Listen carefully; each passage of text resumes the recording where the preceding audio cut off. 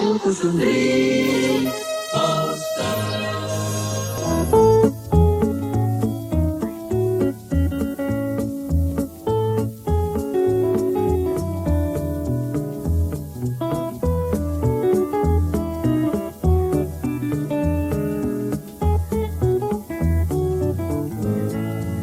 Dit is Klaasvaak met de Everly Brothers Story. Een Emission-productie in 5 delen. Vanavond het eerste deel.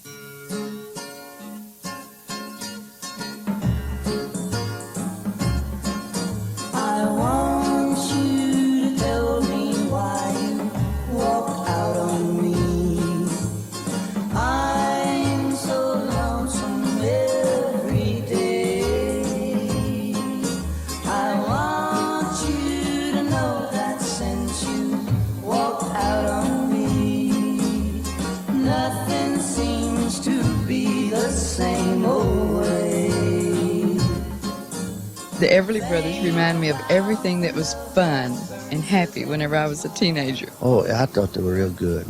Good singers. Oh, they're great. Real fine people. Well, Bye Bye Love, well, that was their biggest number, I guess. Of course, I remember all of their big hits, naturally by hearing them on the radio.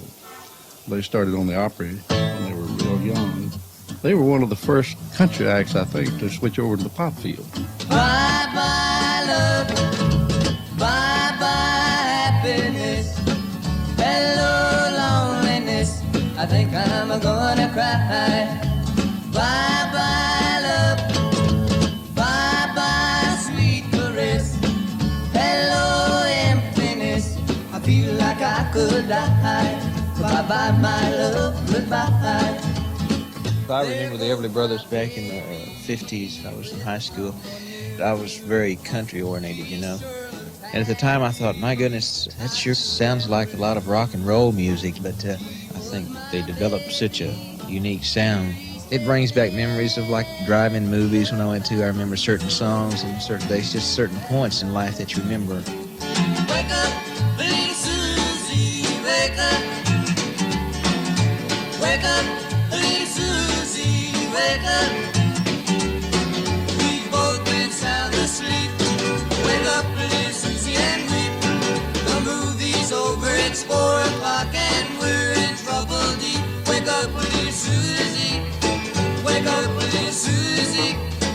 Well, what are we gonna tell your mama? What are we gonna tell your papa? What are we gonna tell our friends when they say, ooh la la, wake up, little Susie, wake up, little Susie. I remember the first time I ever heard them was Wake Up Little Susie, and I thought it was just fantastic. I was going to a ball game and heard it on the radio for the first time. We lived in the country and we didn't have a radio at home.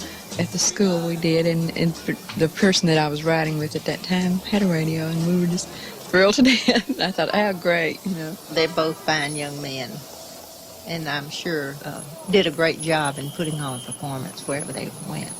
Till I Kissed You, and Wake Up Little Susie, and When Will I Be Loved, Bird Dog, hits. Naturally good.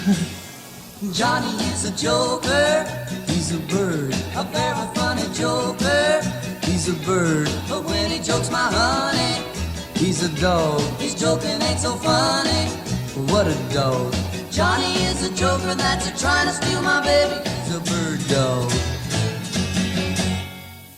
I began to buy records, and that was the first record that I ever bought was an Everly record, and it was Bird Dog. Looking back, they were the greatest. The Everly Brothers were the first singing act I ever saw on TV. The guy that I married dated a girl named Kathy, and I always called him Kathy's Clown as a joke. Don't want your love anymore. Don't want your kisses, that's for sure. I die each time I hear this sound. Here he comes, that's Kathy's clown.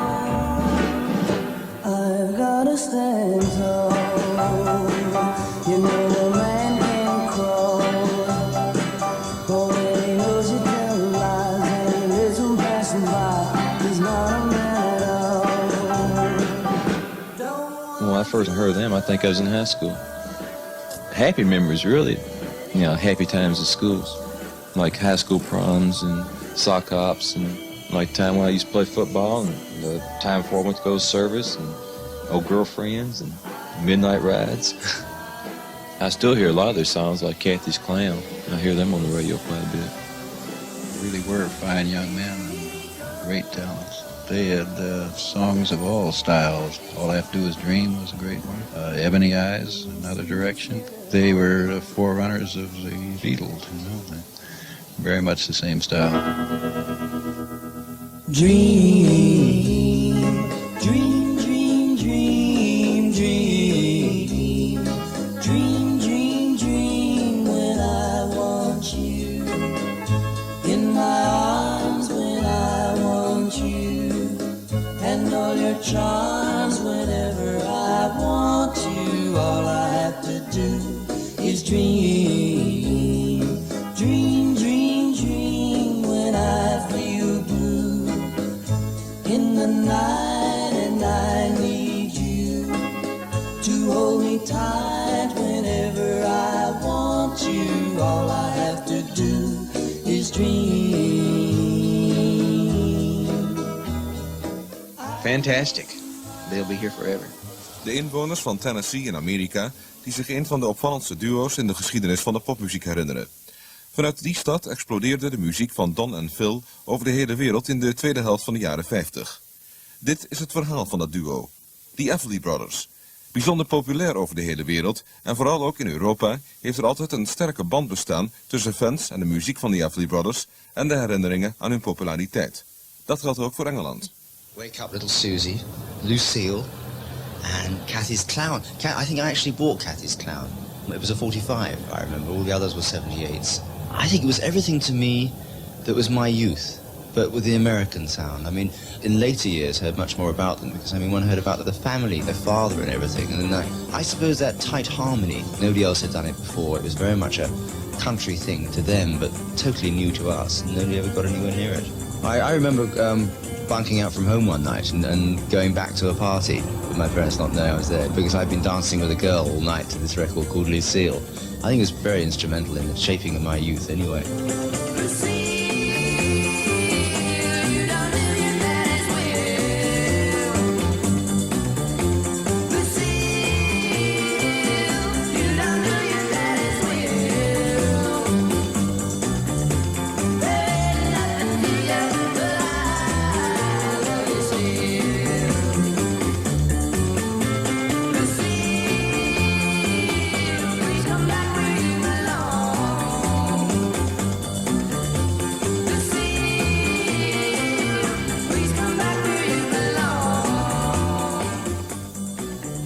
One song that always provides enough and which is nice to sort of mentally sing harmony in parts to is Dream. And if you get 2 or 3 people in the car who've got a bit of harmonic sensitivity, it can really bring things from nowhere to a bit of happiness. The Everly Brothers, yes. I remember we used to listen to loads of their music. I mean, in fact, they were the first real pop stars that I was a fan of. There was one particular version. I remember I was a bit into skiffle at that time, under the influence of my brother, who was into it as well. And there was a Lonnie Donegan record going around called Love is Strange, and the Everlys did an amazing version of that.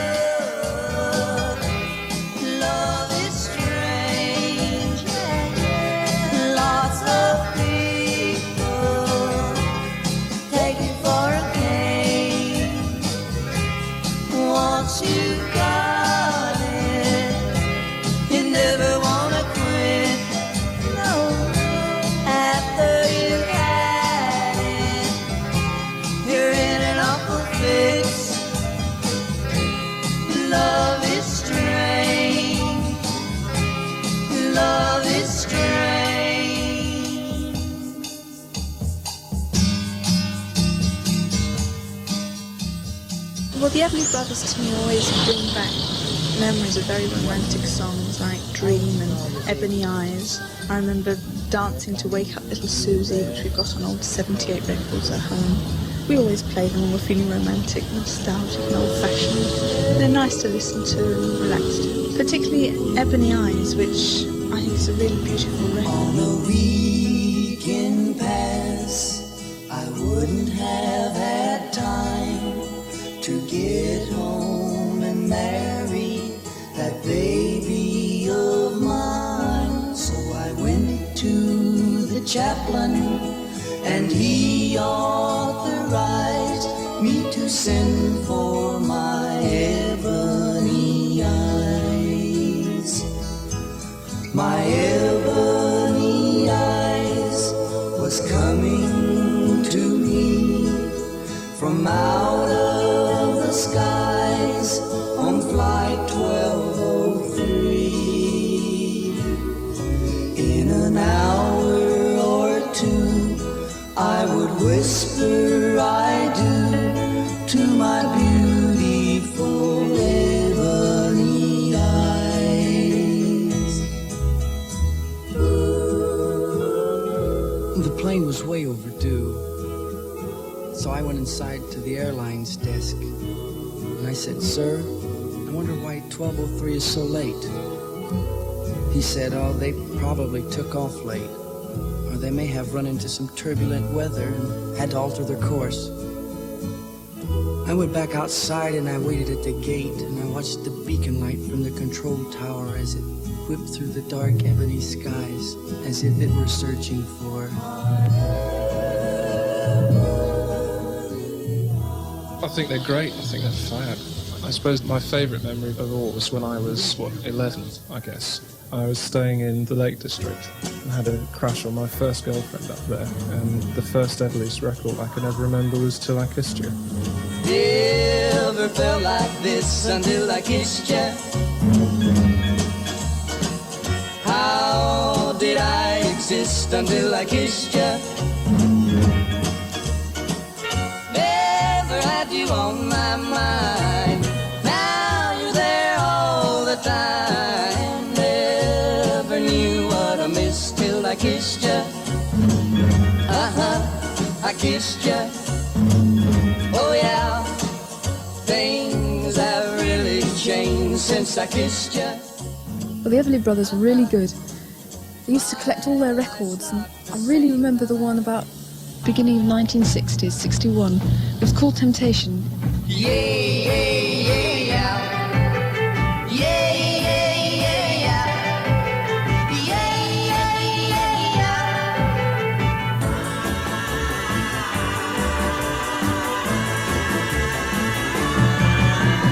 You came, I was alone. I should have known you were temptation. You sighed, leading me on. I should have known you were temptation. Oh, the Everly Brothers were always a good band. I think you can see that in the influence they had on other groups, like all the close harmony teams that came up in the late 60s, early 70s. People like Crosby, Stills, Nash and Young, and the Beatles, and Simon and Garfunkel. All lower their harmonies to the way the Everly Brothers did it. And I remember they had a resurgence after the Beatles came in England. They had a fantastic song called The Price of Love, which I think reached number 2 in the UK charts somewhere in the summer of 1965. Wine is sweet and gin is bitter. Drink all you can, but you won't forget her.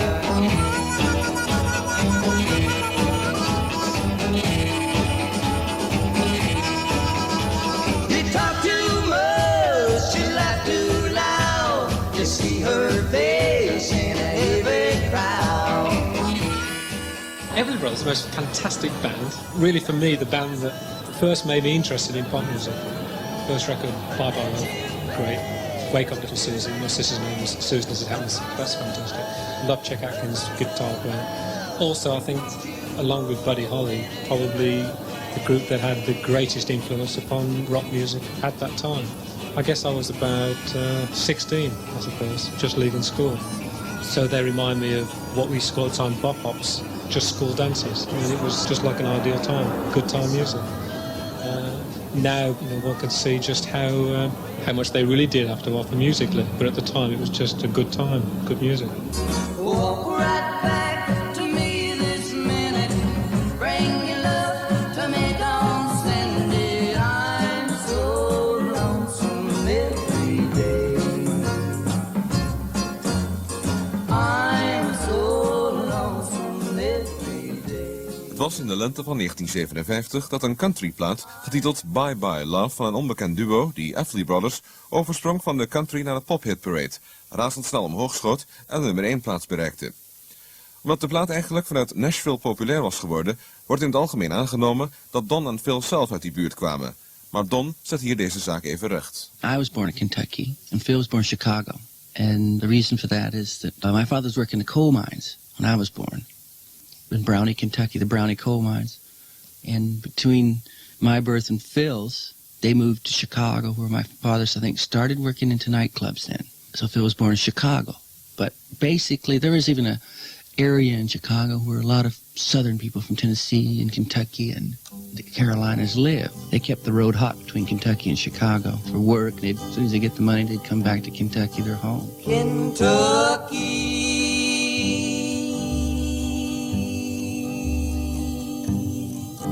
you are the dearest land outside of heaven to me.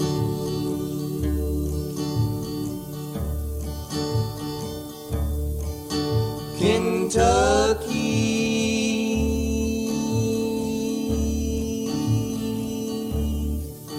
I miss your laurel and your redbud tree.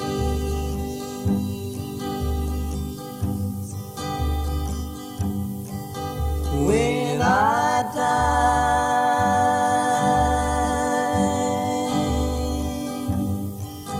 I want to rest upon a graceful mountain so high.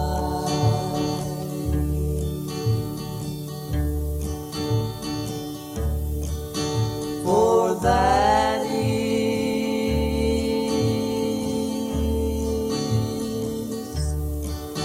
where God will look for me.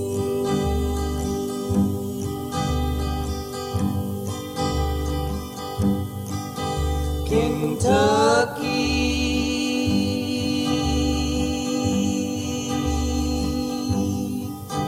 I miss the old folks singing in the silvery moonlight.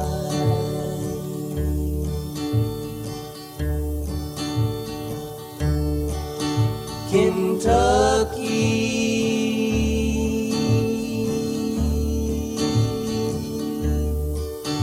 I miss the hound dogs chasing coon.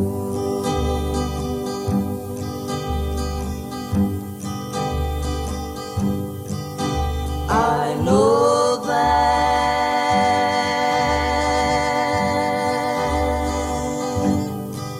my mother, dad, and sweetheart are waiting for me.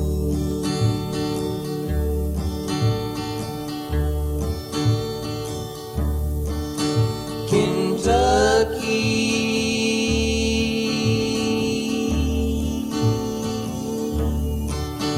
I will be coming soon.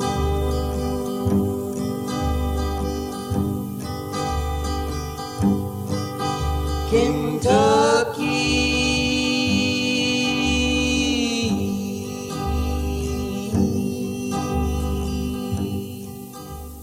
The first radio things I ever heard was black gospel. The first song I ever learned was Paper Doll by the Mills Brothers. And somehow I learned it from listening to the radio. And my father took me down to one of those little stands they used to have where you could go in and send a talking letter home. And they recorded me singing Paper Doll. I think I was 5 years old at the time. And Dad was playing guitar. I'm gonna buy a paper doll that I can call my own. A doll that other fellows cannot steal. And then the flirty, flirty guys with their flirty, flirty eyes will have... My husband decided he'd take him down and have a little record made of him. And he was singing the song Paper Doll, you know. Well, Don couldn't seem to get the song completely through, and he stopped the song with "All Shucks." See, he said that was his first flop, you know. He didn't finish it. He just said "All Shucks." And he was finished. Margaret Everly, de moeder van Don en Phil, die nog steeds in het huis in Nashville woont, dat de jongens later in hun carrière van haar kochten. Het is in ieder geval duidelijk dat de jongens een goede start hadden, eenvoudig vanwege het feit dat ze in een muzikale familie opgroeiden. Ike Everly, hun vader die in 1975 overleed, had altijd al de reputatie van een volmaakte countrygitarist, zoals Don zich nu herinnert. Well, my first music, of course, was my father. My first thing I ever remember seeing my father play was in a nightclub in Chicago. And played guitar, of course, and I was influenced by that. My mother wasn't in the show business then at all. And she didn't get involved much later, in fact. But my father was considered a really fine guitar player. And there was a place called Madison Street in Chicago, to where they had a lot of honky-tonks. And as far as I know, my father had the first electric guitar on Madison Street, because he would work the honky-tonks and play this electric guitar. They'd open up the doors and the place would fill up, because no one ever, electric guitar was really unusual. And this was in the 30s. So he could just get a job anywhere. He had this de-arming pickup and some kind of old amplifier. And of course the honky-tonks, were a lot of them then. And a lot of them had bands. And my father was working with his brothers, Chuck and Leonard. It was really, the Everly Brothers was really a second-generation act, when you really get down to it. Just because the Everly Brothers were popular on record doesn't mean that they didn't come from a heritage of this brother act. My father worked with his brothers, Chuck and Leonard, and they sang harmonies, which is a tradition in country music. I mean, families singing together and everything. 'Twas in the merry month of May, when flowers were a-bloomin', sweet Willie on his deathbed lay, for the love of Margaret Allen. He sent his servant to the town where she did dwell in, saying, Master dear hath sent me here, if your name be Margaret Allen. Then slowly, slowly she got up, and slowly she went to him, and all she said when she got there, young man, I think you're dying. Oh, don't you remember the other day when we were in the tavern? You drank a health to the ladies there, and you slighted Margaret Allen. From then on, well, my husband worked with a boy from North Carolina, and they called themselves the North Carolina Boys. And they would come home and rehearse the old songs like Barbara Allen, and the boys would hear that. They would come home to rehearse songs, and by that time the boys was up going to school, and Phil would get in and help sing. And he had a high voice, so they would see how high he could go. They would hit a note, and Phil would repeat the note. They were getting professional help from professional people, all besides my husband. In a vine-covered shack in the mountains, bravely fighting the battle of time, is a dear one who's withered my sorrows. 'Tis that silver-haired daddy of mine.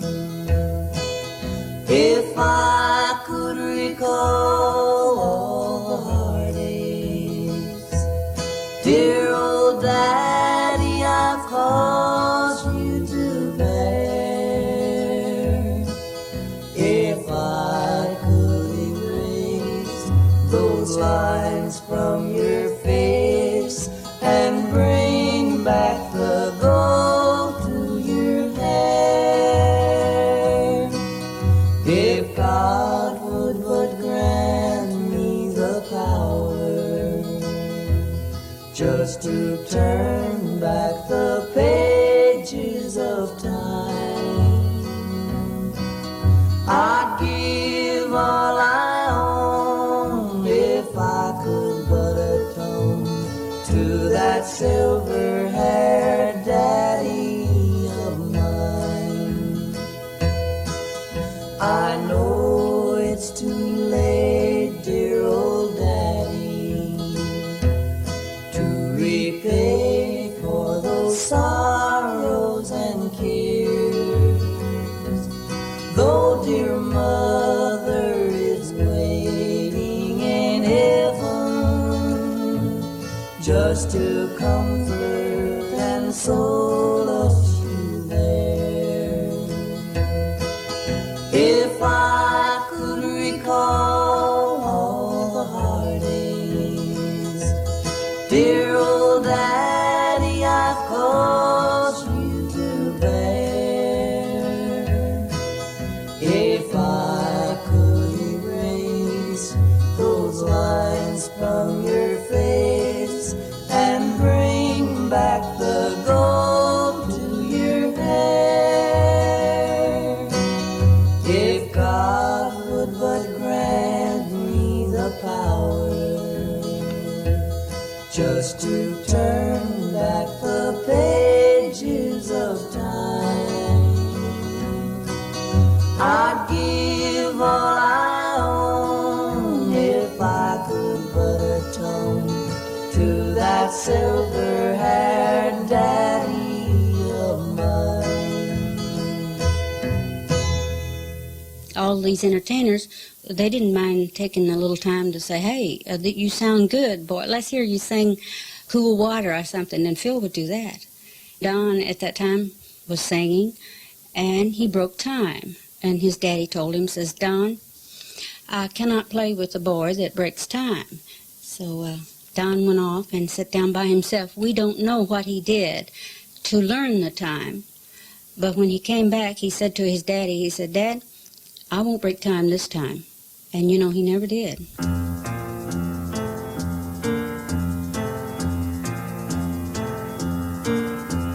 Clean prairie winds blow from Rockford to Cairo, over the cornfields that gleam in the sun, and off in the east glow the lights of Chicago when daylight is ended and night has begun in Illinois,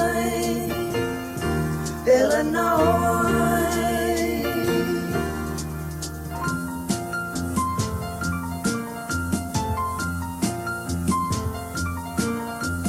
Skyline, the stockyard, the Gold Coast, the grain wheel, Chicago, the giant that leads all the rest. Chicago, the trains roll into the station, the heart of the nation, the start of the West in Illinois, Illinois.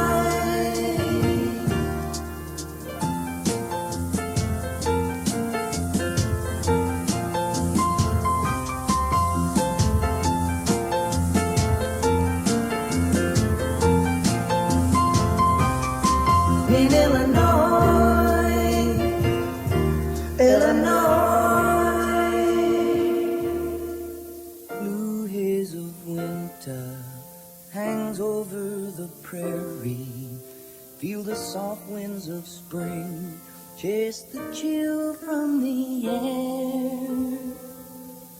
Bright August mornings and the warm summer rainfall on brisk autumn days, with a harvest to share in Illinois, Illinois, Illinois, Illinois.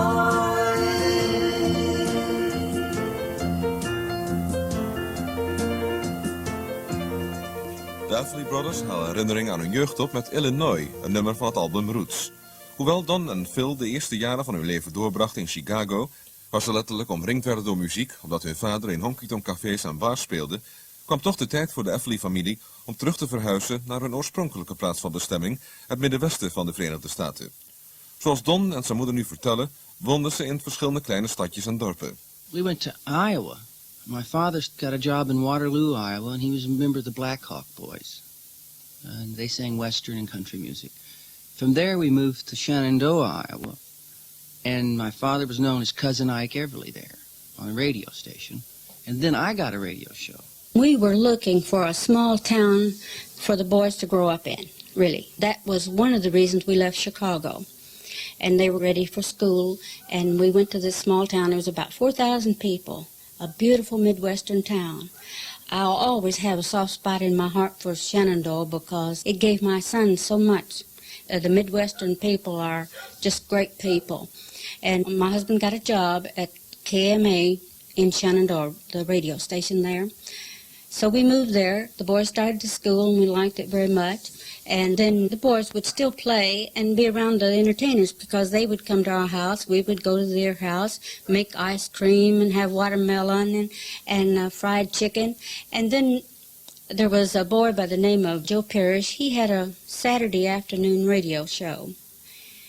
And Don was invited down to sing a solo on that show. Well, it was kind of nice to have him there, and he liked it, so they invited him back each Saturday for a few Saturdays, and he got to sing in the theme song for them, which was I'm Free Little Bird As I Can Be. And then a show came up where they traveled about 60 miles to Council Bluffs, Iowa, and put on a Saturday night show. The radio station did that. And one of the producers asked Ike, said, how about you taking Don with you and letting him sing solo on the show, and we'll give him $5 on Saturday night. So that was his first job. And then I got a radio show. This is before Phil and my mother joined it. I was known as Little Donnie. And I had my own radio show, and my father had a radio show. And he did that. So he had pictures made, which he could sell for 50 cents. So he would sell them, and we asked him would he consider dividing the money with Phil, and would it be all right? And he said, yes, he would like to do that. So he divided the money, and they bought them each a bicycle with that money. Don had a little brown cowboy outfit, and he wore the little hat and the little brown boots and the brown pants and the shirt. And then sort of parlayed that into the Everly Family Show. And my mother joined the act, and Phil joined the act about the same time. Phil would go down, and he would tell jokes. He would say to his daddy, he'd say, I kept 2 boys from fighting today, and Ike would say, how was that, son? He said, I ran. Well, a great big howdy-do to all of our good friends and neighbors. This is Dad Everly talking for the Everly family. And we're going to play and sing you some songs, neighbors. Family style, also country style. And we got the whole gang on deck. Mom, Don, baby boy Phil. And you know, Mom, we kind of ought to tell the folks just how old these youngsters are. Some of the folks probably don't know. And Don, our oldest boy, is 15 years old. Phil's 13. And of course, me and Mom, we quit telling our age a long time ago.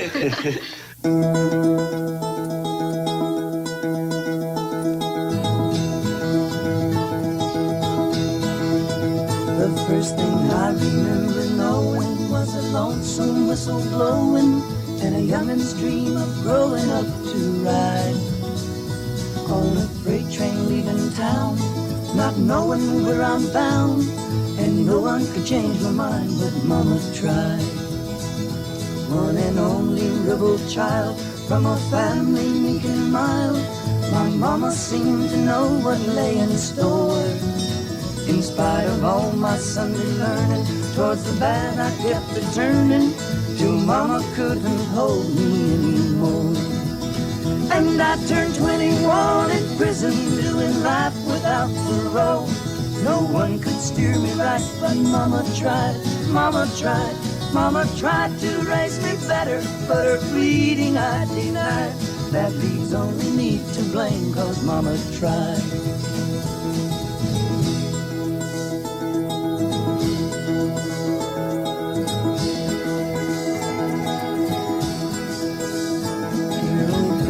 Rest her soul, left my mom a heavy load. She tried so very hard to fill his shoes, working hours with without rest, wanted me to have the best.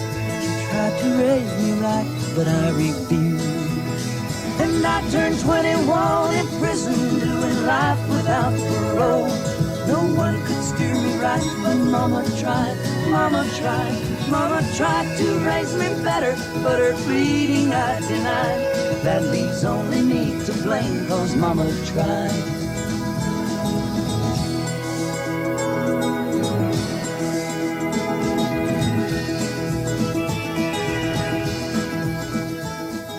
De Everly Brothers hadden dus hun eerste ervaring als entertainers op dat kleine lokale radiostation. De reactie van het publiek was net zoals de programma's zelf. Eenvoudig, direct en eerlijk. Geen gecompliceerde toestanden. Gewoon radio voor de gewone man, waar iedereen naar kon luisteren.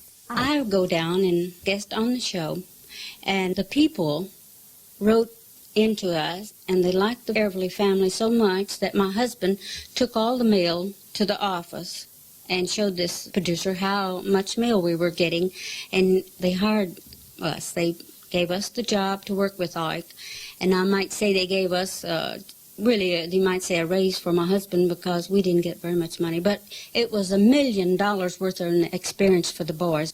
Naast de liedjes en de onderlinge gesprekjes begon Margaret Everly nu ook commerciële boodschappen van plaatselijke winkeliers voor te lezen, zoals voor rozenstruiken en rattengif en zelfs voor haar thuisgemaakte koekjes.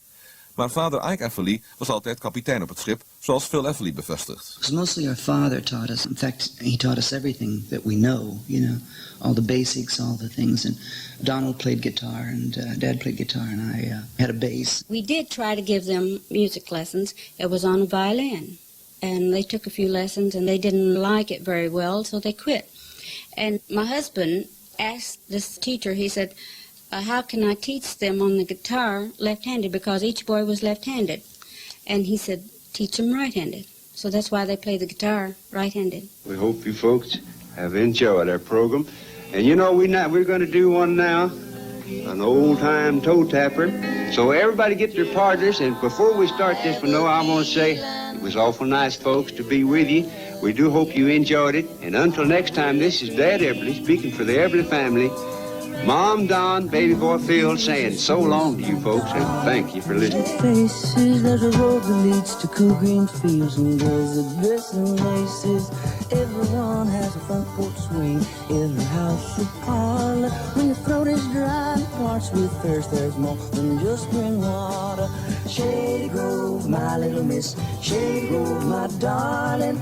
Shady Grove, my little miss, come with me to Harlan.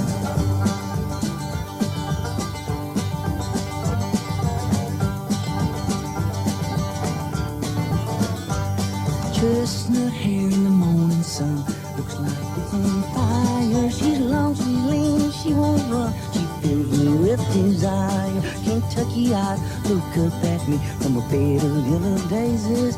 The sun is warm, the kiss is hot, she's gonna drive me crazy. TROS, The show got a good reaction. It was on a Saturday, and we took a month's vacation and went job hunting with our mother for a new place, we can get the family show on. That's with the four of us, because we all sang. And by then, I was in 5th grade already. We finally got a job down in Evansville, Indiana. Went all the way down to Arkansas from Iowa, which is like a big, long trip, maybe 400 or 500 miles, maybe 1,000 miles we traveled. Look, we stopped at every radio station on the way. Everyone. We had a rack on top of the car, and we made cold cuts and this, that, and the other. We went through a tremendous amount of training, though. That's what the whole live radio thing was about. We worked in Iowa, we worked in Indiana, we worked in Knoxville, Tennessee, and in the summers we played some fairs and this, that, and the other. We worked every day, except Saturday and Sunday.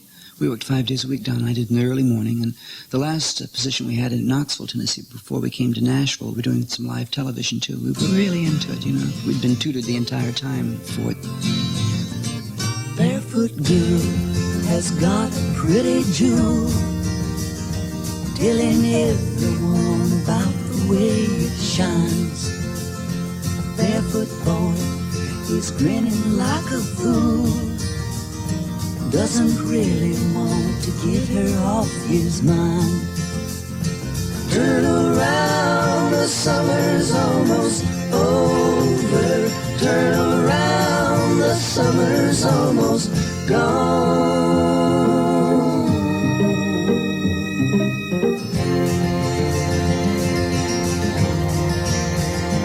Barefoot girl is buying winter clothes, packing everything she owns and rides away. Barefoot boy don't care to see her go, would give anything if she would only stay. Turn around, the summer's almost over. Turn around until the winter's gone.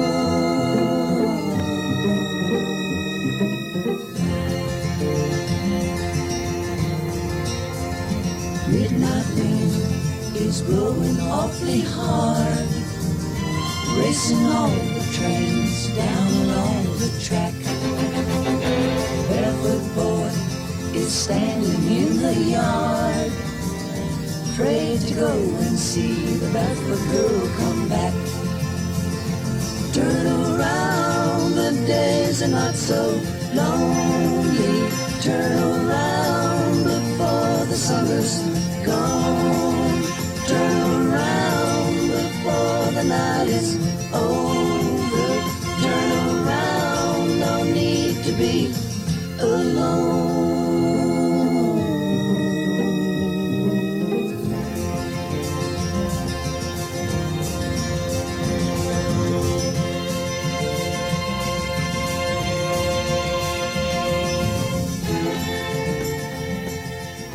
Hoewel het radioprogramma succesvol was, betekende dit niet dat het altijd zou voortduren. Een nieuw soort radio stond voor de deur. Format radio, waarbij ieder station zijn eigen soort programma's ging uitzenden en de rock'n'roll radio zou spoedig Amerika veroveren. En terwijl de country show van de Everly's goede zaken deed in de diverse stadjes en kleine plaatsjes in Iowa, zou een verhuizing naar Tennessee onmiddellijk een dramatische verandering in het geluk van de familie teweeg brengen. We lived in Iowa about 7-8 years, and then we moved to Knoxville. And that's where the Everly family lost their job. We were fired off the station down there by Kaz Walker, who later claimed he discovered the Everly Brothers, but that's neither here nor there. We just got fired, you know. It's about the time live radio here in the United States was sort of country acts, that stations that would keep a roster of country musicians on, didn't no longer do it. I guess it wasn't economically right. And so we weren't making that much anyway. I think the four of us were making $90 a week, you know, for the whole family. And just really enough to get along, just basically the necessities of life, and that was it. No extras at all. And we just got fired. Just lost the job. But my father knew it was happening, and he went to barber school, and my mother was going to beautician school, and we lost the job right about the middle ways through those when my father was going to barber school, you know. En zo ging de familie uit elkaar. Don en Phil besloten zich te concentreren op hun eigen act in Tennessee, terwijl Ike en Margaret terug verhuisden naar Chicago om daar hun nieuwe rol op te pakken als kapper en schoonheidsspecialisten. En zo rond deze tijd gebeurde er een vreemde toevalligheid. Do you believe in destiny? Boudleaux was getting his hair cut in a little barbershop in Madison by Ike Everly. And Ike kept always telling him about his two kids. They sing. You got to hear them, Mr. Bryant. You ought to hear them. They're pretty good. And Boudleaux says, well, I'd like to do that someday. Well, someday didn't show up anytime too soon. And the next thing, Joe Allison had a television show here. It was a local DJ. And the Lone Ranger was taken off the station that night. And Joe had to fill in a show for an hour. So he calls a bunch of scabs together, and here we go. Anybody who wants to perform is on the show, because anybody who does perform is either booked or not going to do it for nothing. So I'm one of the acts. And who else is another act? The Everly Brothers. So Boudleaux's been getting his hair cut by the father, and I did a show with the kids. And then all of a sudden, here these kids are back in town like 4 or 5 years later. But we meet again at Acuff Rose. Dat was Mathilde Schiduto, een naam die niemand wat zegt en zelfs haarzelf nog weinig. Van deze countryzangeres zou met Boudleaux Bryant trouwen, waar ze net over vertelde, en daarom veranderde haar naam in Felice Bryant.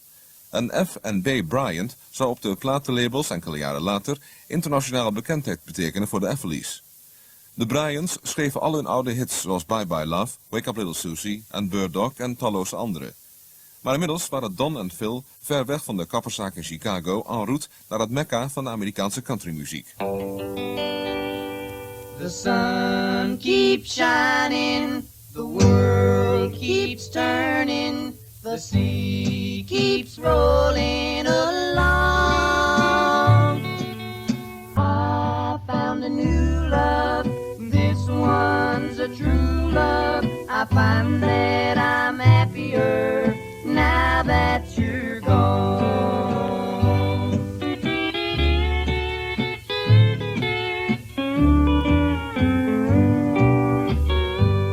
You thought my dream world would soon disappear, that all you would leave me was heartaches and tears. You thought that without you I could not carry on. My dream world still stands, though you are gone. The sun keeps shining, the world keeps turning, the sea keeps rolling along. I found a new love, this one's a true love. I find that I'm happier now that you're gone. So when we went to Nashville, Donald had written when he was 16, he'd written the top 10 country song called Thou Shalt Not Steal that Kitty Wells and I think Red Foley, I'm not real sure, but Kitty Wells had the hit record on it. And so when rock and roll was happening, we had DuckTales and we were already into something different than the country music. We went to Nashville and spent 2 years there while our father and mother were supporting us, you know. And we got on records immediately when we went to Nashville when I was 16 and came out and bombed, and that's a hilarious story, that one. We cut 4 sides in 22 minutes with Carl Smith's band, who had just driven in from California, which is like a 2,000-mile trip, nonstop. And we're doing the session this early in the morning, doing the session before they went home. You know they were in a hurry, and we cut 4 sides. And I sang sharp through the last 3, you know. They were really bad. And after it was over, it was like nothing had happened. And that was the culmination of all those years of work on the live radio, was to get to Nashville to cut a record. And that's what we had done in 22 minutes. And they were stinko, really stinko. And I always said in 55, when Elvis Presley came out with Nothing But a Hound Dog, Don and I were doing The Sun Keeps Shining, and we were doing a waltz, you know. And the rest of the world was rock and rolling. But to get on country music records, we had to show them that waltz that Donald had written and got us on, but it about killed us there. We goofed around and almost starved to death there.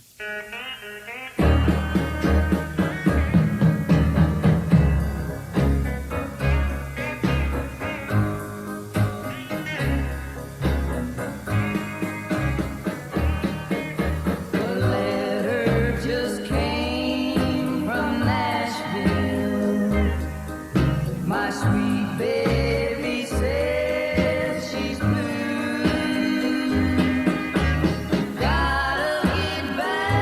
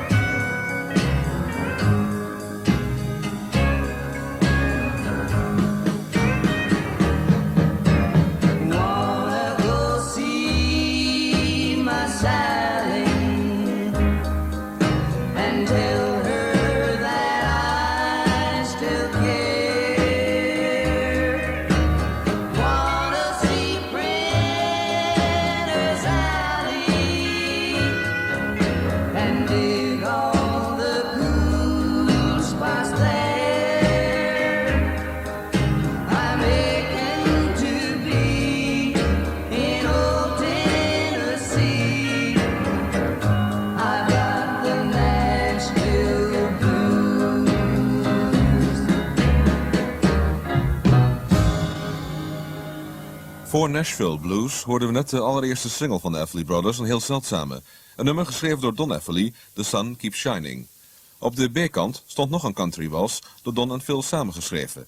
Het heette Keep a Loving Me. Zoals Phil toegeeft, was het een zielige flop. De plaat werd in 1955 op Columbia uitgebracht. We got on Columbia Records, so I still say because the head of the country department had a mistress that liked us. That's how I think it really happened. We sang for them up in their suite one afternoon, and she said, "Ain't they cute?" And we got on the records. And we'd have done anything for $60, you know, that's what session fee was. So.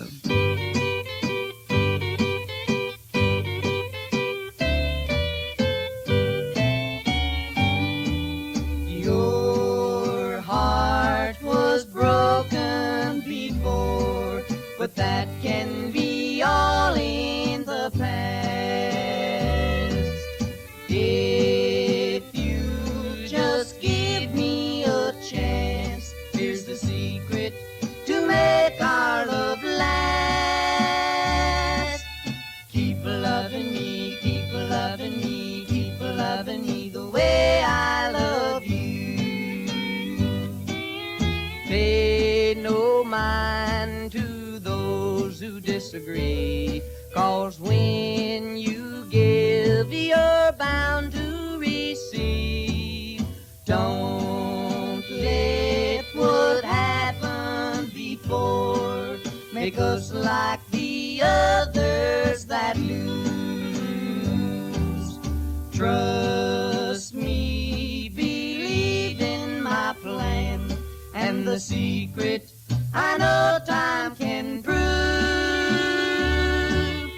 Keep loving me, keep loving me, keep loving me the way I love you.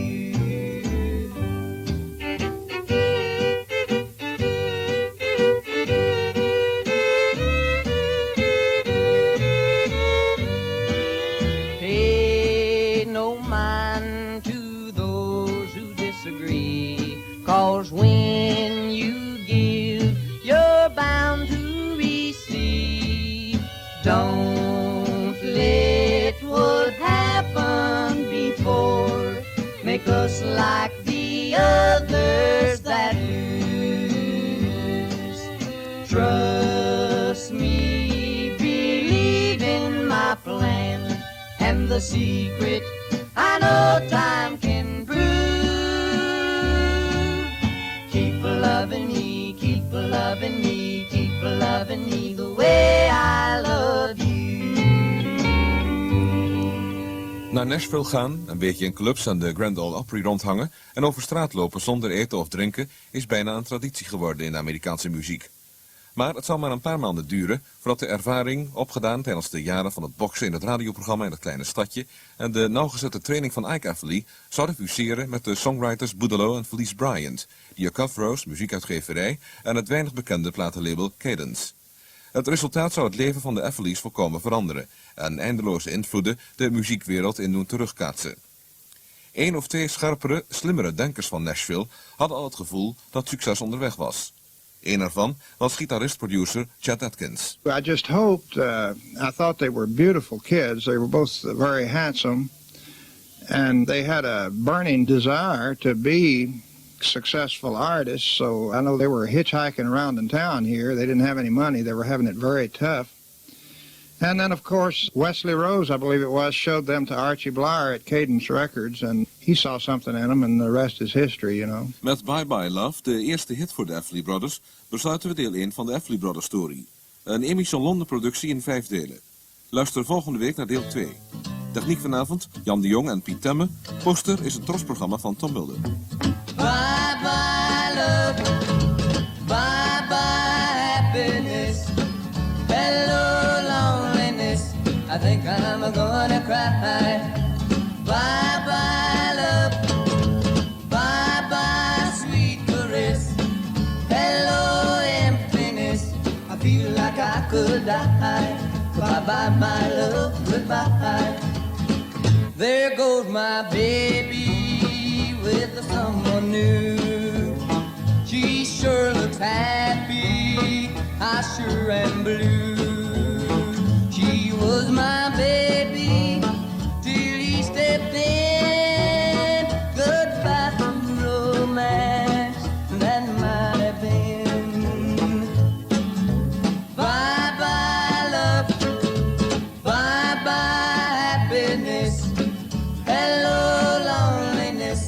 think I'm gonna cry. Bye-bye, love. Bye-bye, sweet caress. Hello, emptiness. I feel like I could die. Bye-bye, my love, goodbye. I'm through with romance. I'm through with love. I'm through with counting the stars above. And here's the reason that I'm so free. My loving baby is through with me. Bye-bye, love. Bye-bye, happiness. Hello, loneliness. I think I'm gonna cry. Bye-bye, love.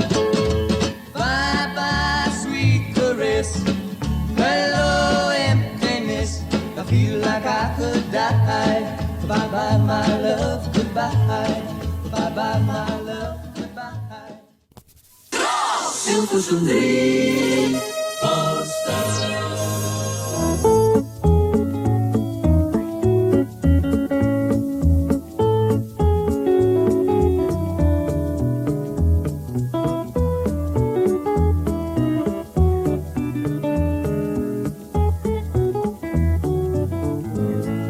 Dit is Klaatspraak met de Everly Brothers Story. Een Emison-productie in 5 delen. Vanavond deel 2.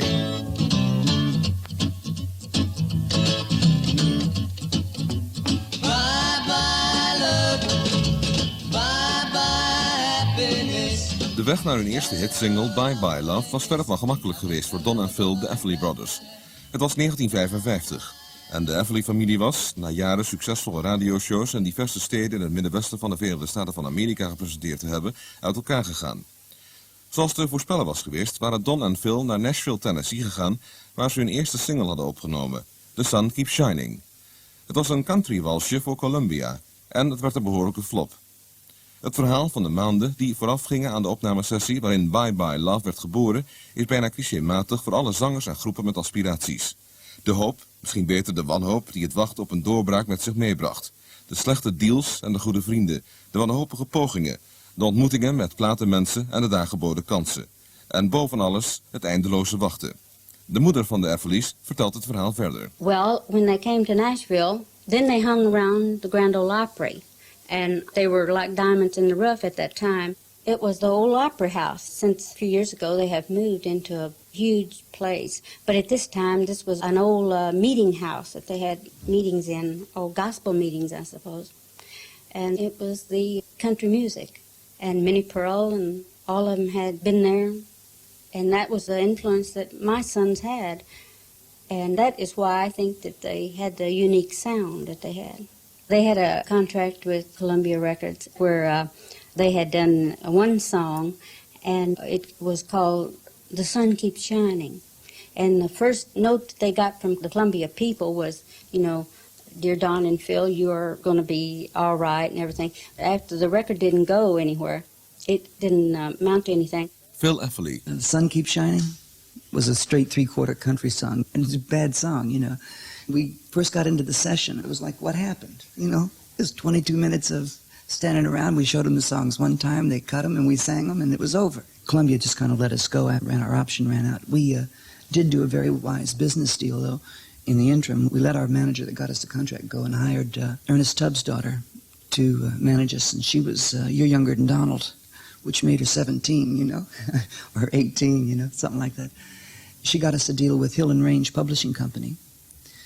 She got $200 advance, and we invested the $200 in a very expensive brochure on our next release for Columbia, which cost 10 cents a piece, so we had 2,000 of that to send out to the 2,000 country music disc jockeys.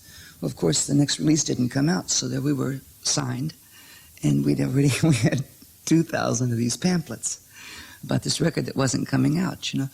And from that, we spent the next time just waiting around for, we were turned down by Capitol. Capitol said the guy would sign us, but he wouldn't record us for 2 years till our voices matured. And Cadence turned us down, Archie Blyer turned us down 6 months before he took us, you know. So we were turned down by everybody, you know, all the way around the park. And when Archie decided to go into a country music label, We at that time were kind of on a last-ditch effort. First you tell me that you care, now you're gone, you got me crying. No use denying, you done me wrong. If I could look inside your heart, maybe I could find a reason that you were leaving. You done me wrong. Well, you know it's not so when you say you tried. Well, you know you lied. I didn't do one wrong thing to you. If I could look inside your heart, maybe I could find a reason that you were leaving. You done me wrong.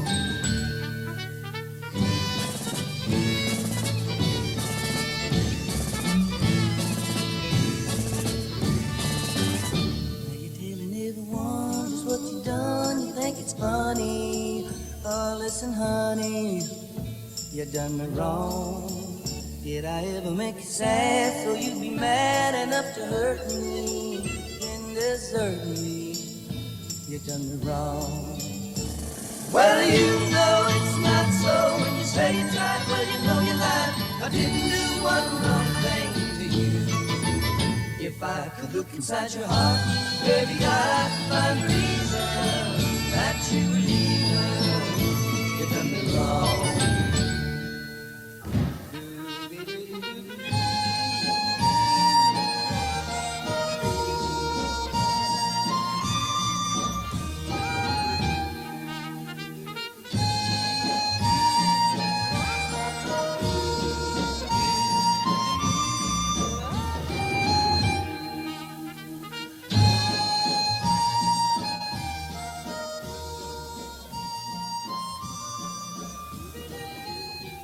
Ironisch genoeg werden Don en Phil, hoewel ze op de drempel stonden van wat eens een van de acts zal worden met de grootste invloed in de geschiedenis van de popmuziek, afgewezen door ongeveer iedere platenmaatschappij in Nashville. Er was echter één man die een trouwe vriend bleef en de broertjes steeds maar moed bleef inspreken, zonder te beseffen dat hij binnen enkele maanden gitaar zou spelen tijdens de sessies met hele ritse hits. Chet Atkins ontmoette trouwens de Everly's al net voordat ze naar Nashville verhuisden. En zoals Margaret Everly vertelt, was Don in die tijd al aan het proberen zelf nummers te schrijven. Don started, well, he had written before, but then he started some serious writing, and he wrote a song called Thou Shalt Not Steal.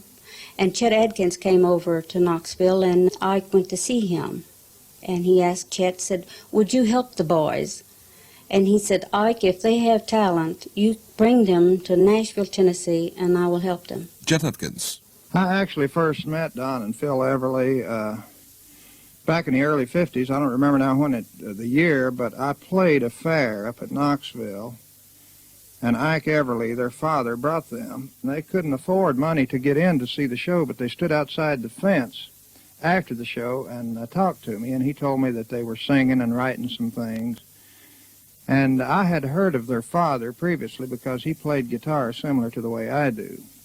So I was very happy to meet him, and he told me that they were writing, and could they send a tape down to me, and I said yes. So later on, their mother drove them down, and they stayed out at a little motel close to my house, and they brought a couple of songs they had written, and I got some of the songs recorded by Wanda Jackson and Kitty Wells and some people like that. Chet Atkins bleef een constante supporter van de Everly's in die begintijd, vooral van Don. Well, my father introduced me to Chet Atkins and told Chet Atkins that I was writing songs. I started writing songs when I was, let's see, I was still in Iowa. I must have been 12, 14. I wrote a song called One Day. I decided I want to be a songwriter, like Hank Williams, actually. I was really all into his material, and on the radio show, I used to always do his songs, you know. And so I became really interested in writing through doing Hank Williams things. And so I started writing then, and I had quite a few little, songs, actually. My father introduced me to Chet Atkins, who my father is friendly with through writing letters and talking to occasionally. He came through Knoxville, and so my father introduced me and said, Don writes songs, and said, would you like to hear them? Chet said yes, and so the next opportunity we had, we got in a car and drove over here, and I sang some of the songs for Chet Atkins. He liked them. And I got a couple of them recorded, strangely enough, which was a big shock to me. I was still in high school, and actually I made quite a few bucks, considering the times and the things the way it were. 1954, I think it was. Phil wasn't writing then at all. And he was telling me, you should maybe put the bridge here. It'd be good if you took this idea and follow it through and things like that. And this coming from Chet Atkins meant a lot to me. And he did help me a lot. Musically, I was interested in a lot of other things, and by then I was turned on to rock and roll already.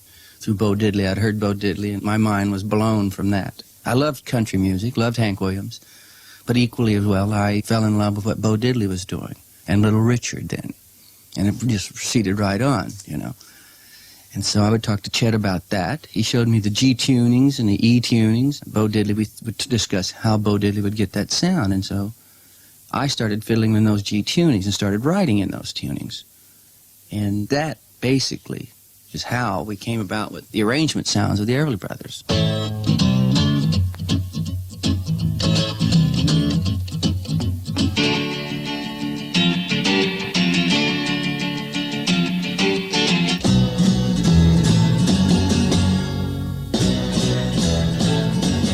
Margaret Everly. Chet, true to his word, he did help them. He got Kitty Wells to do a song, Thou Shalt Not Steal.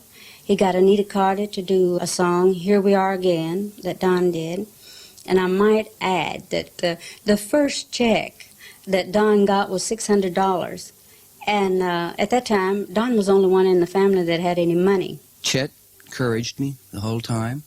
Was always there with the letter sometimes or a phone call I could go by, and he'd always buy me lunch, you know. And it was always neat to talk to him because he felt that there was something there. And when you got somebody that says, gee, there is something there, it keeps you going. And finances were low. My father was working by then on construction work in Hammond, Indiana, and was paying our rent down here. And so that was the only thing keeping us going, and that was getting pretty slim. It was pretty tough for him to do that. And so he did that right up to the point that we finally auditioned for Wesley Rose. I think the Everly Brothers were the greatest harmony team I've ever heard, and as far as singing a song, I think they communicated with the public, and I signed them up. There was a magnetism about the way they interpreted lyrics, plus being out of the ordinary musically, as far as their own guitar work. Their guitar work was such an asset to actually the singing, but their harmony was so true that it fit all feels, and many times it sounded almost like one voice with an echo. I actually signed them for a country act. They were young, new, fresh, and my theory has always been if you cut a great country record, you have a great pop record. Going back to the day they came in, and they came into our studio, and they put 4 songs on them, which they had written. I liked what I heard, and I was really knocked out, and told them that don't leave town. They were ready to leave town, go to Chicago, and quit the business. And I told them that I definitely guaranteed them a record contract, either with Cadence Records or Hickory Records. And the reason Cadence Records came in the picture, I was at that time starting a country division for Archie Blyer of Cadence Records. And I called Archie Blyer, who at first had a little misgiving about it and didn't like the idea. But the following day, he said, I have faith in you, you go right ahead. So we went ahead and set the sessions, picked out the songs, rehearsed the songs, and went in the studio with 5 musicians, just 5 musicians and the boys down in Phil. And we went over and we cut 4 sides, one of which was Bye Bye Love. Now, the Bye Bye Love record, when it came out, started right straight up the country charts, but it also started into the pop charts. So we had a #1 record in both fields, and as this record was coming out, I became their manager. I became their manager because I felt at that time it was very important to be able to direct their recording career, which is actually the springboard to all the success in the world, is the recording career. I have seen so many acts that have had one-hit record and disappeared. And I was learning to manage at the same time they were learning to be a star act. There goes my baby with someone new. She sure looks happy, I sure am blue. She was my baby till he stepped in. Goodbye to romance, that might have been. Archie Blyer. I'm Archie Blyer. I started Cadence Records and was head of it until I dissolved it. The Everlys came into my life through Wesley Rose, a music publisher of Nashville. He had been talking to me some time about getting involved in the country field. And I had heard the Everlys before. A tape was submitted by someone in Nashville, but which was not very impressive.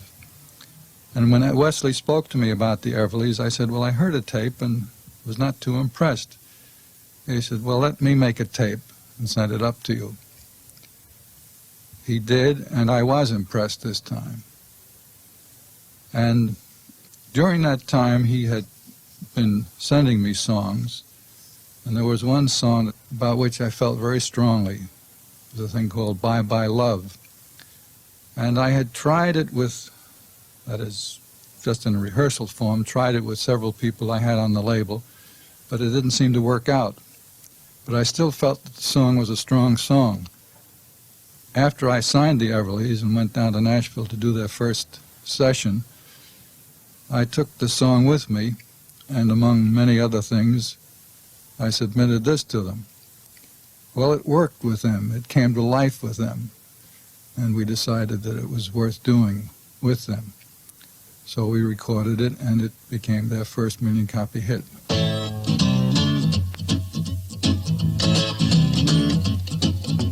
Bye-bye love, bye-bye happiness, hello loneliness, I think I'm gonna cry.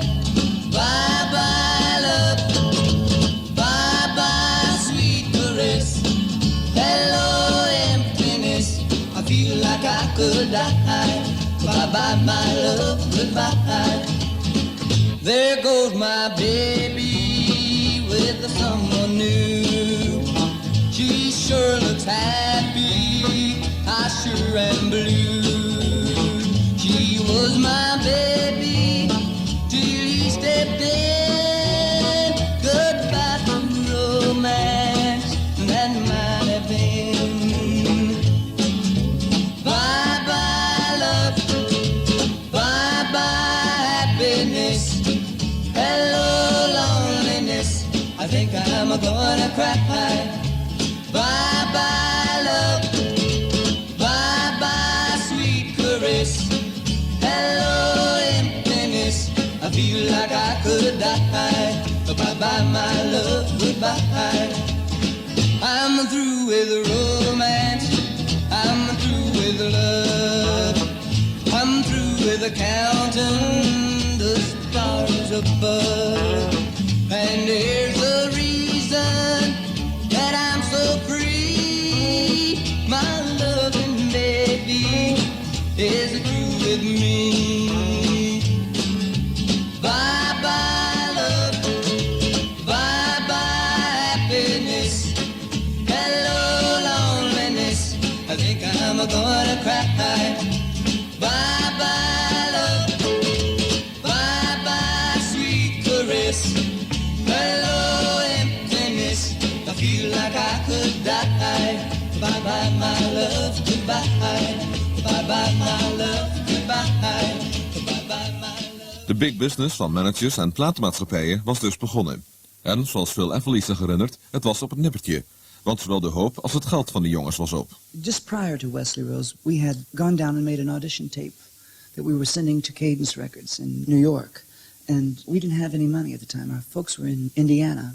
My dad was working. He's working physical labor at the time to keep Don and I in Nashville. That's how we were staying. But so the budget was really tight, you know, really tight. It got tighter and tighter towards the end. We had a car that battery needed recharging all the time, you know. It was cheaper to recharge it at $2 a charge than to buy a new battery. So we didn't have the money for the tape, but a girl that we knew, there's always been women involved in whatever deal we made, it seems, I don't know. Because in those days in Nashville, there used to be a lot of girlfriends of stars, you know, around you, everybody. And if you were on the outskirts and they kind of liked you, and they could do things, you know, make things happen. And, you know, she got us a situation that we could go down and record. And so we went down and recorded this 15-minute tape as an audition tape for Cadence, and then she explained to the man that we couldn't pay him, and got that all worked out. And then we went back upstairs. It was a basement kind of place to get a car, and the car had been towed away. We went down to the police station, and they said $15, and which was a fortune.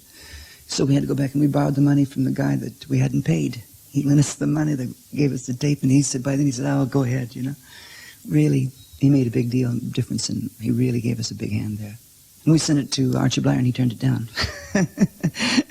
But then when we got with Wesley, and Wesley, he liked what we did, and this, that, and the other, and he said Archie was doing that, and if Archie didn't take us, he'd put us on a label. So, but Archie took us, and Felice Bryant was at Acuff Rose, and he had the song Bye Bye Love, and there was another friend of ours named Gordon Terry that they showed Bye Bye Love too, but Archie says it never happened until we did it, and I don't think it really happened even when we did it until Donald put the intro on. Now, the intro was off a song that he had written called Give Me a Future, I think. And that's what really snapped it, made people pay attention to it, and caused it to happen, I think. It's a rhythmic lead kind of sound, and that's what Donald put in it. I wonder if I care as much as I did before.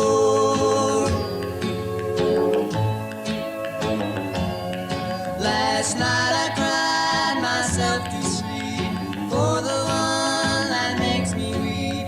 I dried my eyes to greet the day and wondered why I had to pay.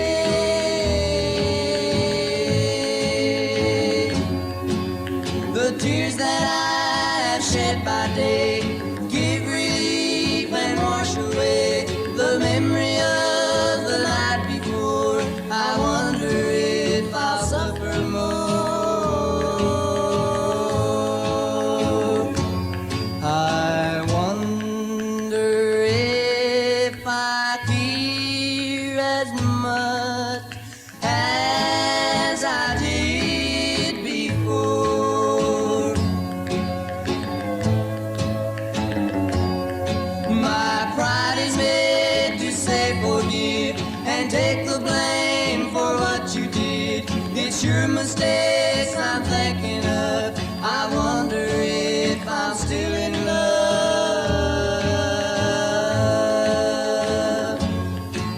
My heart can't thrive on misery. My life, it has no destiny. When things get more than I can bear, I ask myself, do I still care?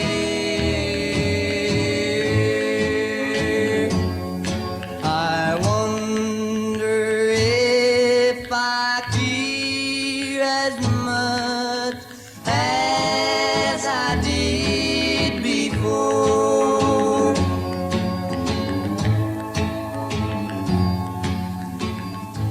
Het was in het voorjaar van 1957 dat I Wonder If I Care As Much werd uitgebracht als B-kant van Bye Bye Love. De plaat die de Everly Brothers zou lanceren als het belangrijkste duo in de geschiedenis van de popmuziek. En toch, na jaren van proberen en afwijzingen door platenmaatschappijen, waren de broers zelf bijna onverschillig gaan staan tegenover de kansen van succes, zoals Phil zich herinnert. We didn't have any work at all, we hadn't worked much at all. And we were at the age, I was 18, and so I was at the age I had to get a job or something, Actually, while we went on tour, we cut the record, and everybody seemed, excited about it, and this, that, and the other. And a friend of mine named Pat Kelly, he got us booked on a 3-week tent show out of in the Mississippi in Alabama, which was the Grand Ole Opry tent show. That was an experience and a half. So we were on tour down there doing that and playing places where there'd be first 5 rows would fill up with like small town people, but it'd be like all the rough kids in town would fill up the first 5 rows, and the reason they're in is because they threatened to cut the tent down.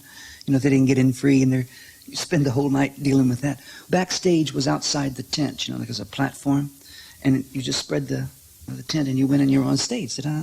And we were standing out in the back, and there's a light shining, and you can sort of see the shadows in the set. And all of a sudden they sold candy and a prize in each and every pack. They did all real carny stuff. They made them move. It was in Mississippi in the 50s, and it was 50 cents to get in and another quarter to sit it in a segregated section. Otherwise you had to sit with the blacks. So 75 cents for every white that came in, They did stuff like that. And the carny had 3-4 workers that were black that would always sit in the black section so that nobody would sit there, you know, that kind of stuff. It was real carny's operation. The candy that they'd been selling was pelting the curtain, you know, and the banjo player that did a kind of a Grandpa Jones imitation, you know, it was kind of a phony kind of thing, stuck his head through the curtain like you would in one of those baseball things, you know, but just to take a look, spread his head right through there. And as he did, about every piece of candy in the building flew at the thing and knew it was going to be a rough night. And it was just one of those kind of situations. And Don and I played the country portion. And then they charged everybody another quarter to see the rock and roll show, which was all of us again doing rock and roll songs. And it was hard to put over, you know. But Don and I had Bye Bye Love out at the time, and we didn't think anything about it.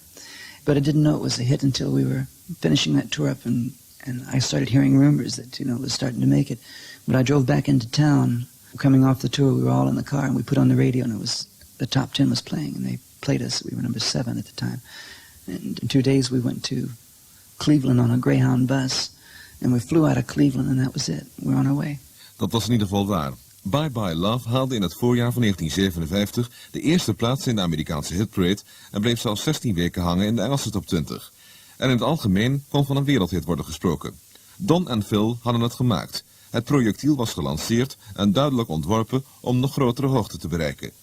Maar het onmiddellijke probleem was een goede opvolger te vinden. Wesley Rose vertelt het verhaal verder. Hij was de manager geworden van de Everly Brothers en was tevens directeur van die Acuff Rose muziekuitgeverij met Boudeleau en Felice Bryant als stafschrijvers. So we directed the Everly Brothers around the world, and I sort of adopted them as my sons, which I would say shouldn't be done. You shouldn't do that, but they were just 2 young boys. One was 18, the other was 20. It was very exciting because we were doing things at that time.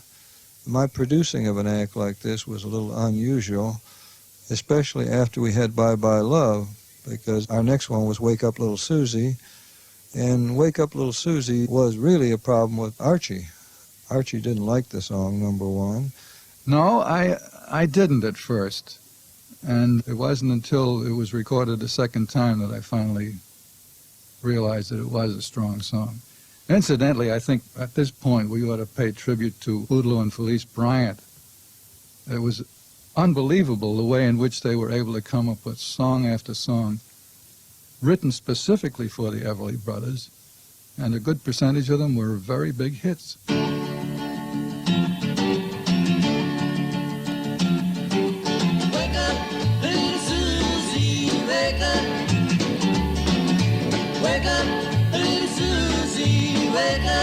Boudeleau Bryant. Actually, the only story behind that is that that was among the songs that were written specifically with the Everlys in mind.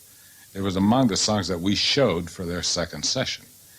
We had a lot of songs, and I wrote a part of it, and then Felice came in and we finished it. It was just a matter of sitting down, and thank God the song came to us. It came in and we finished it. It was the one they decided to do that session. Well, we turned down a mess of songs getting to Wake Up Little Susie. In fact, we couldn't find the right one after Bye Bye Love. And Bye Bye Love, I think we'd have done anything when we did Bye Bye Love, because we were just trying to get a deal, you know. So when Boudeleau brought in Wake Up Little Susie, you know, he wrote it in a couple of days before, I think. So I remember. And we did it, and there was a whole thing with Archie there. And we did it 2 days, 2 different times. And Archie wasn't at that session. The one that they used, finally. We cut it the next day. Phil Everly. De voorzichtigheid van Archie Blyer was niet ongegrond. Als hoofd van de Cadence platenmaatschappij had hij de indruk dat Wake Up Little Susie een probleem zou worden met betrekking tot de airplay, het draaien van platen op de radio. En hij had gelijk. Toen de plaat uitkwam, waren er verschillende Amerikaanse steden, zoals Boston, waar de plaat werd gebannen. Als reden werd opgegeven dat de tekst eigenlijk niet kon.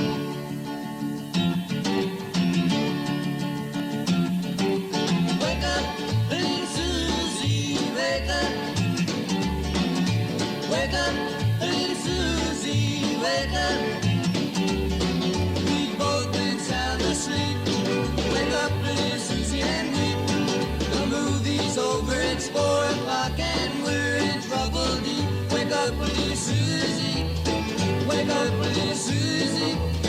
Well, what are we gonna tell your mama? What are we gonna tell your papa? what am I gonna tell our friends when they say, ooh la la, wake up little Susie, wake up little Susie. Well, I told your mama that you'd be in by 10. Well, Susie, baby, looks like we goofed again. Wake up little Susie, wake up little Susie, we gotta go home. Wake up, little Susie, wake up. Wake up, little Susie, wake up. The movie wasn't so hot, it didn't have much of a plot. We fell asleep, our goose is cooked, our reputation is shot. Wake up, little Susie, wake up, little Susie. Well, what are we gonna tell your mama? What are we gonna tell your pop? What are we gonna tell our friends when they say, ooh la la, wake up little Susie, wake up little Susie, wake up little Susie.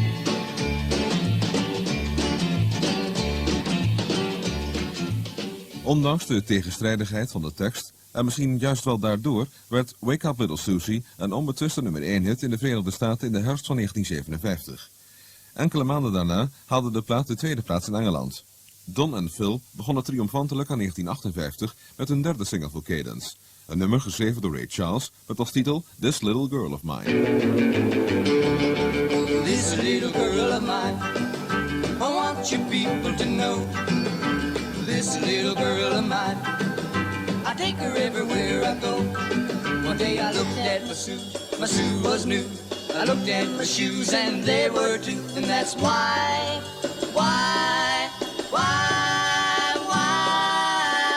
yeah, love that little girl of mine. This little girl of mine makes me happy when I'm sad. This little girl of mine loves me even when I'm bad. She knows how to love me right down to her teeth. If she does any wrong, you know she keeps it from me. And that's why,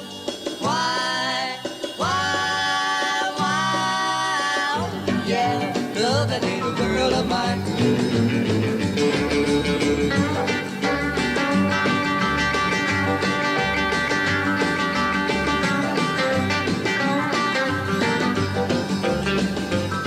And that's why,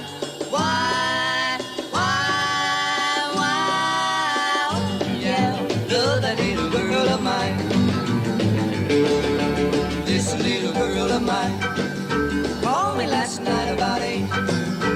This little girl of mine told me that we had a date.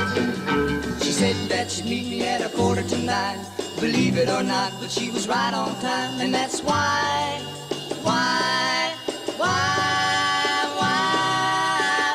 yeah, love that little girl of mine. This little girl of mine knows how to dress so neat. This little girl of mine stop the traffic on the street.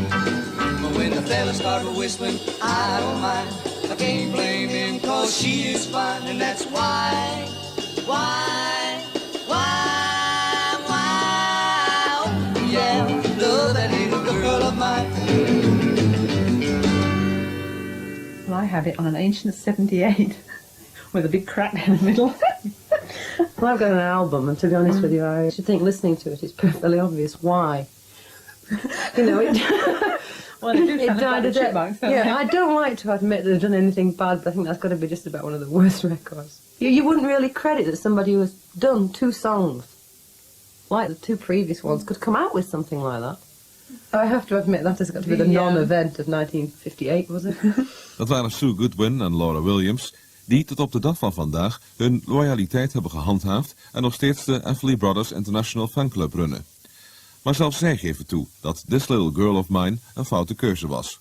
Hij kroop naar de 28e plaats in de Amerikaanse hitparade en deed elders helemaal niets. Dus dat betekende terug naar het tekenbord en in dit geval terug naar de pennen van Boudleaux en Felice Bryant, die prompt tevoorschijn kwamen met het tot heden meest succesvolle nummer van het duo. Dream, dream, dream, dream, dream.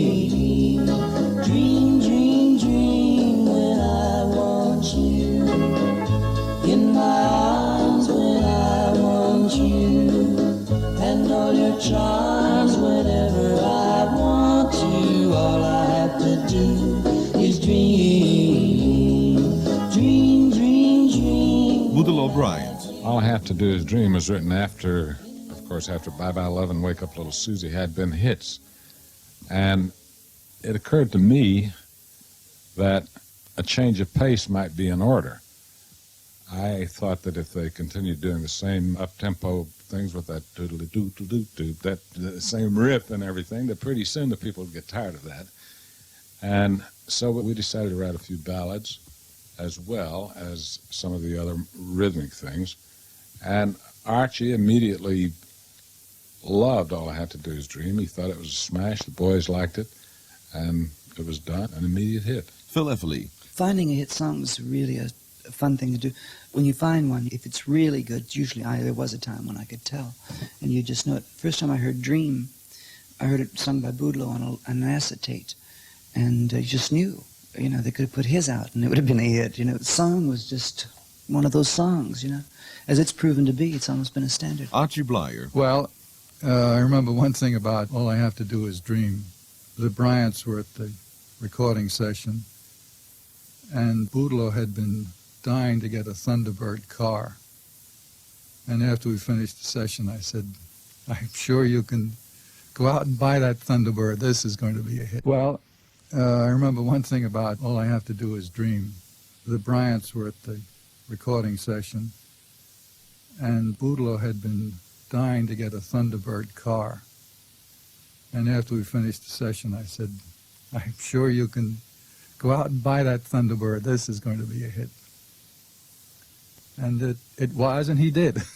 Boudleaux Bryant, Felice Everly en cadence-directeur Archie Blyer, die beweerden dat All I Have to Do niet kon mislukken. En ze hadden gelijk. Dream, dream, dream, dream, dream, dream, dream, dream when I want you, in my arms when I want you, and all your charms whenever I want you. All I have to do is dream, dream, dream, dream that I need you so.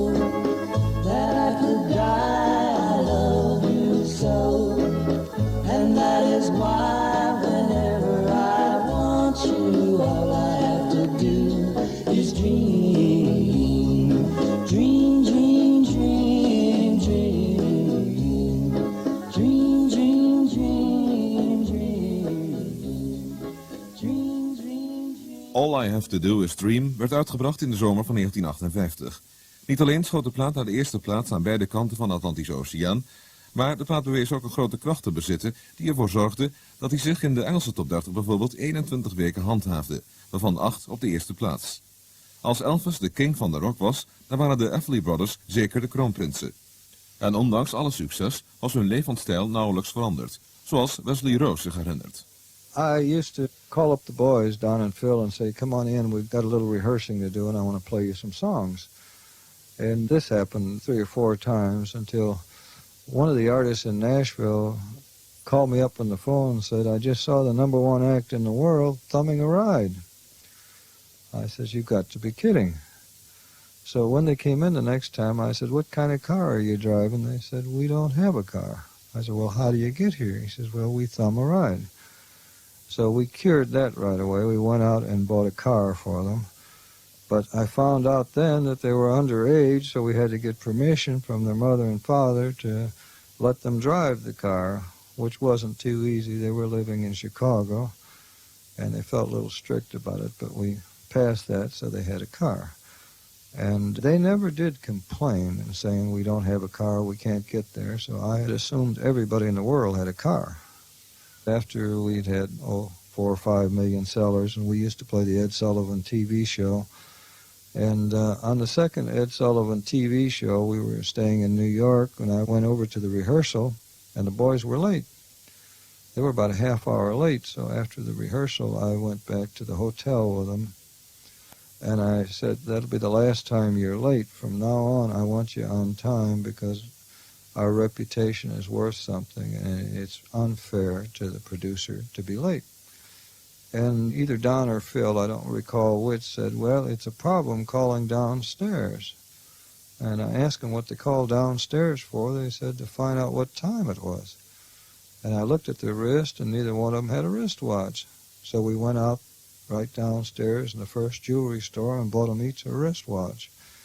And this is what I mean. Their moral character was so good they didn't complain about anything until it really hit you on the blind side, because, again, I didn't know anybody that didn't have a wristwatch. You see, they're both small-town boys, and it was a little hard for them to believe how big their success was.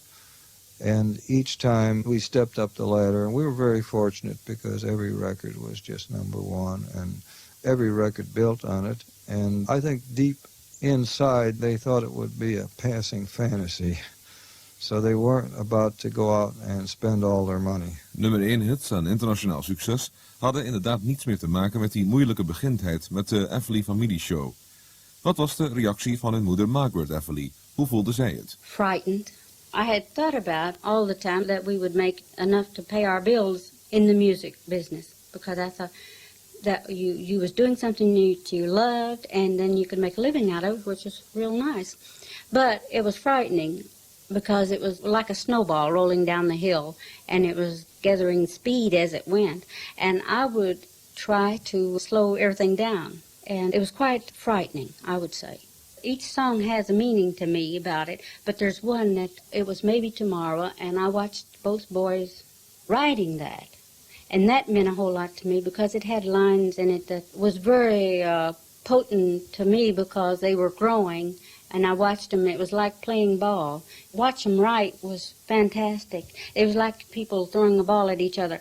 One word would come out of one, and then the other one, and he'd throw it backwards and forwards, and when the song was finished, it emerged like you couldn't really put one boy writing more than the other one in them. So that's the way it was beautiful, the way they wrote.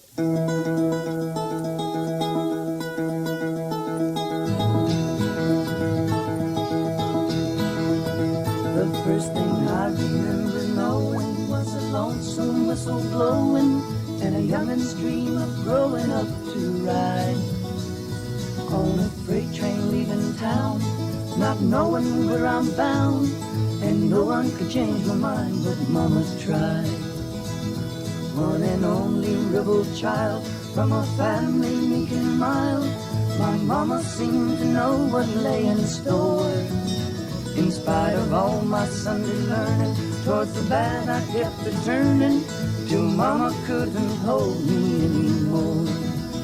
And I turned 21 in prison, doing life without parole. No one could steer me right, but Mama tried, Mama tried. Mama tried to raise me better, but her pleading I denied. That leaves only me to blame, 'cause Mama tried.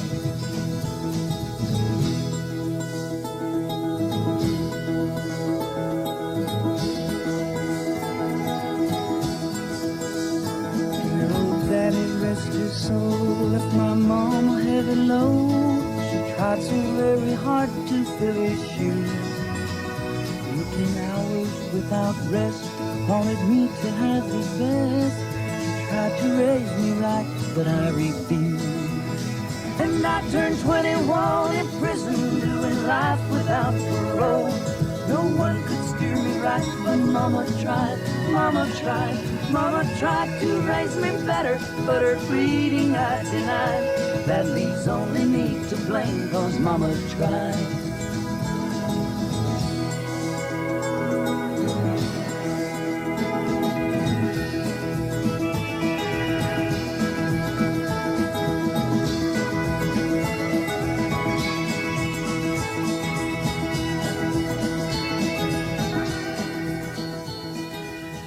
I wanted them to grow, but and keep their roots too. I wanted them to remember where they came from, and I still want them to remember where they came from. And hopefully, they've got that background. Maar het succes van de Everly Brothers had een sneeuwbaleffect. Het werd steeds maar groter en groter. Direct na All I Have to Do Is Dream kwam weer een nummer van Boodle Bryant. Bird Dog was one of those things it's very difficult to explain the process of creativity. I think things sort of just fall into your head out of the great upstairs. And in this particular case, I was trying to get an idea for something really novel and unique for the boys. And I remember that my father had an expression that he used when he saw somebody that was just a little bit pleasantly off, sort of a character. He would say, "He's a bird." And I thought, well, let's see, he's a bird. He's a bird. And then it hit me that the antithesis of that, the very opposite thing would be he's a dog. He's a no good. And then the two things fell together. He's a bird dog. And that was once that happened, the rest of it was just a matter of mechanics. We were doing Bird Dog, and Archie was there. And Archie, think Johnny is a joker, and Donald would say, he's a bird, Archie wanted to use, in this country, there's a puppet called Farfel. There was at that time, and we haven't seen him in years, but a dog puppet, and its whole claim to fame was it would say chocolate, like that. And he wanted to get the guy that does Farfel to come in and do Bird Dog, one of those. And Donald and I looked at each other and said, it just didn't fit, And then Donald wound up doing it. But I've often wondered what would have happened if we had that Farfel dog on there going, Bird Dog. It would have probably been a disaster. That's what really making a hit record is really such a miracle. If everything, it's just like, it must be like a slot machine, they just spin around. It's illogical that you can make all the parts work, because you can do so many things wrong on the way.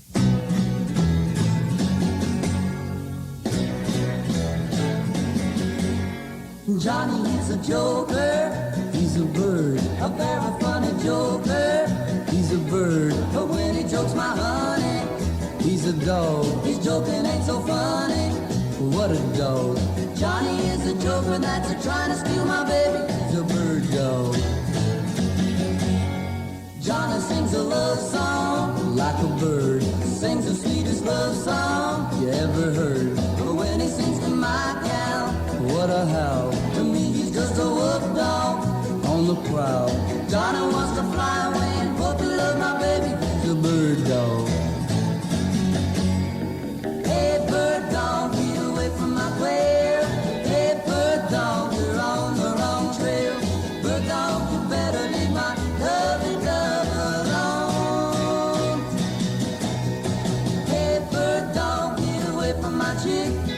Hey bird dog, you better get away quick. Bird dog, you better find a chicken little of your own.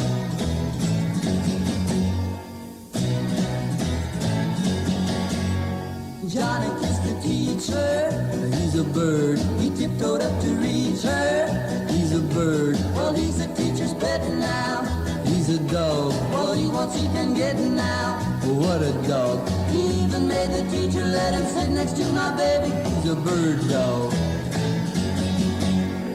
Hey bird dog, get away from my quail. Hey bird dog, you're on the wrong trail. Bird dog, you better leave my lovely dove alone. Hey bird dog, get away from my chick. Hey bird dog, you better get away quick. Bird dog, you better find a chicken little of your own. He's a bird. Bijna vanzelfsprekend bestormde Bird Dog de hitparade om weer terug te komen op de eerste plaats, zowel in Amerika als in Engeland. Op de B-kant nog een nummer van Boodle.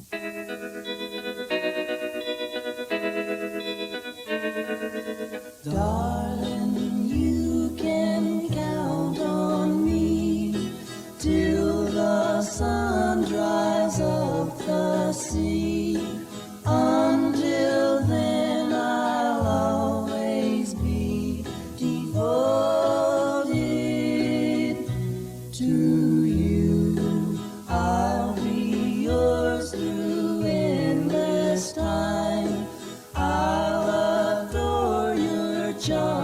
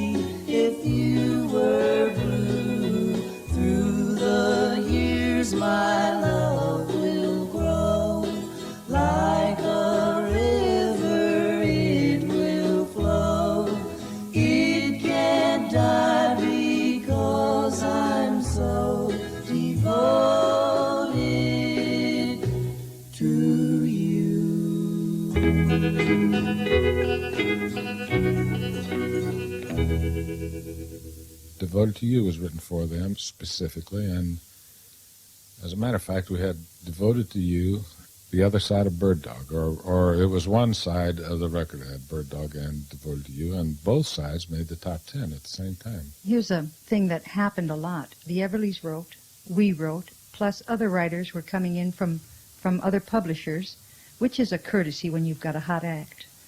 And if they have the tune, of course, you spread the butter. But anyhow, it seemed very strange that our tunes were picked for both sides of the records. Even like Problems, the other side was Love of My Life. We had both sides of many of their records, which really was, I couldn't understand it myself, but I was glad.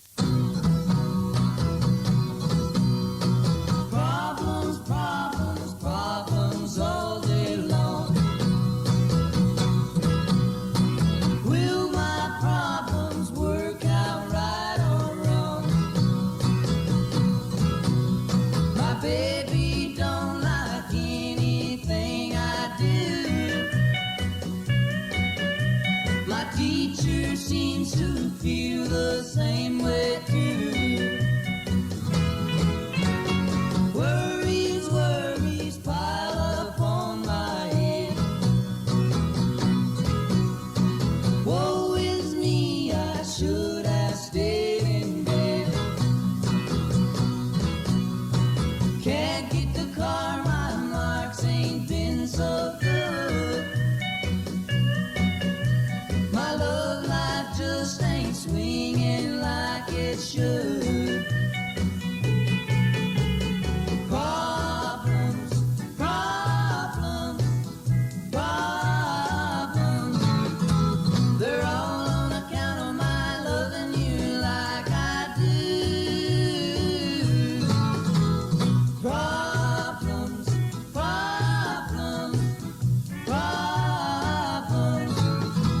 They won't be solved until I'm sure of you. You can solve my problems with a love that's true. Problems, problems, problems all day long. Problems kwam uit in november 1958. Op de B-kant stond Love of My Life en Problems maakte zijn eigen titel waar. Schrijver Felice Bryant legt het uit. Problems was one of those songs that was directly influenced by and aimed at the school kid market. It was written for the kids. That's exactly what it was for. And it was the last million seller that we had. When I say million seller, I mean it was the last one that sold 1 million during the time of its first release. Now, several of the records, they've had such a long life. Those old songs have had such a long life that a lot of the songs have gone over 1 million since. But this one sold 989,000 in its first edition. And Archie Blyer, being an honorable man, wouldn't give a gold record for that. but in a little while, it did pass the 1 million mark. But that was our last million seller with the boys. Problems was the first song that didn't go 1 million in the initial impact, and everybody was surprised. Everybody, instead of looking at you with that open eye wonder, they look at you with that open eye, maybe you're losing it, that seemed to, wasn't a lot of that, but that always what I felt, because I always felt like we failed some way in not making it a million seller. But that's just something you learn as you make more records, that they don't all do the same. Phil Everly.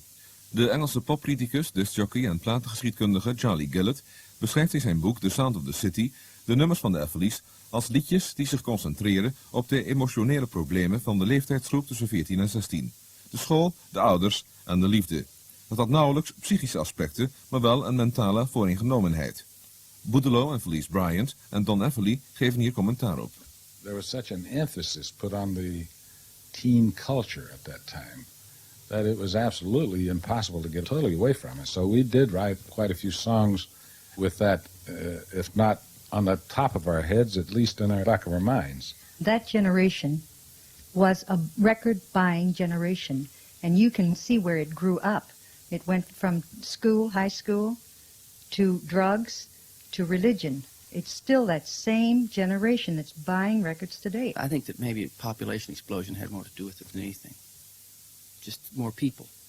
all of a sudden the medium age dropped 10 years. And from the 50s to the 60s, a great liberal change with the change of presidents here, the emphasis on young. Remember in the 50s, to be a teenager in the 50s was to be misunderstood and to be out, not in, like it became. Everyone wants to be young. But right now, you've still got a hangover of youth. Well, youth is youth, you know. But in the 50s, it was very hard to get noticed when you were young, and that's what rock and roll was. Rock and roll was the first acceptance of adults, of youth, I felt. Met Poor Jenny besluiten we deel 2 van de Everly Brothers story. Een Amy Son Londen productie in 5 delen. Luister volgende week naar deel 3. Techniek vanavond, Gert de Bruin. Poster is een TROS-programma van Tom Mulder. I took my little Jenny to a party last night. At 10 o'clock it ended in a heck of a fight. When someone hit my Jenny, she went out like a light. Poor Jenny. And then some joker went and called the cops on the phone. So everybody scattered out for places unknown. I couldn't carry Jenny, so I left her alone. Poor Jenny. Well, Jenny had her picture in the paper this morning. She made it with a bang. According to the story in the paper this morning, Jenny is the leader of a teenage gang. Jenny has a brother and he's hot on my trail. Her daddy wants to drive me out of town on a rail. I hope I'll be around when Jenny gets out of jail. Poor Jenny.